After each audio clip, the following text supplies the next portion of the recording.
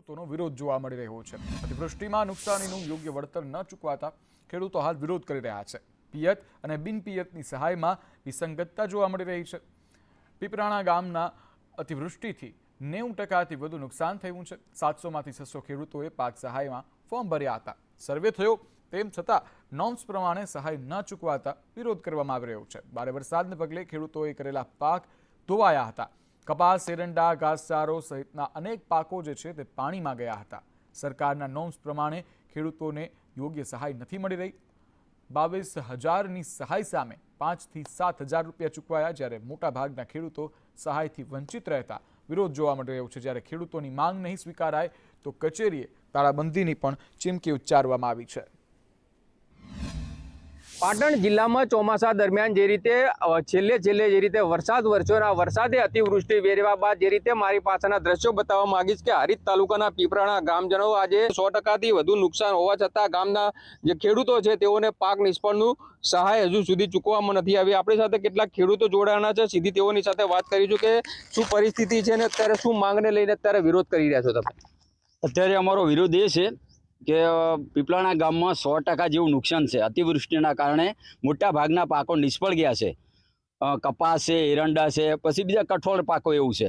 પણ અમારે બધાના ફોર્મ ભર્યા છે। 700 ખેડૂતો છે, એમાં 600 જેવા ફોર્મ ભર્યા છે। એમાં અડધા ખેડૂતોને સહાય મળી જ નથી કે કેમ? હવે અમારે અહીંયા લગભગ 700 જેવા ખેડૂતો છે, એમાં 270નું આ લોકોએ સર્વે કર્યું છે। 500 ખેડૂતના હોવા છતાં 270નું સર્વે કર્યું। 2 દિવસ અહીંયા ગામમાં રહ્યા છે ગ્રામસેવકો, પણ ગ્રામસેવકોને ખુદને પાણીમાં ઉતારવામાં આવ્યા હતા કે ચેક કરો જો આટલું પાણી ભર્યું છે। કોઈ એવું ખેતર નથી કે જે પાણી ભરેલું ના હોય કે જે પાક નિષ્ફળ ના ગયો હોય। એમ છતાં 270 ખેડૂતોને જાણ કરી, જાણ કે 270ના ખેડૂતોના ફોર્મ ભરવામાં આવ્યા અને જે બાકીના જે ખેડૂતો હતા એ લોકોને ત્યાં લઈ જવામાં આવ્યા। તો એ લોકોએ ત્યાંથી એવું કહેવામાં આવ્યું પંચાયતમાંથી કે હવે તમે ફોર્મ ભરશો તો તમને પૈસા નહીં મળે।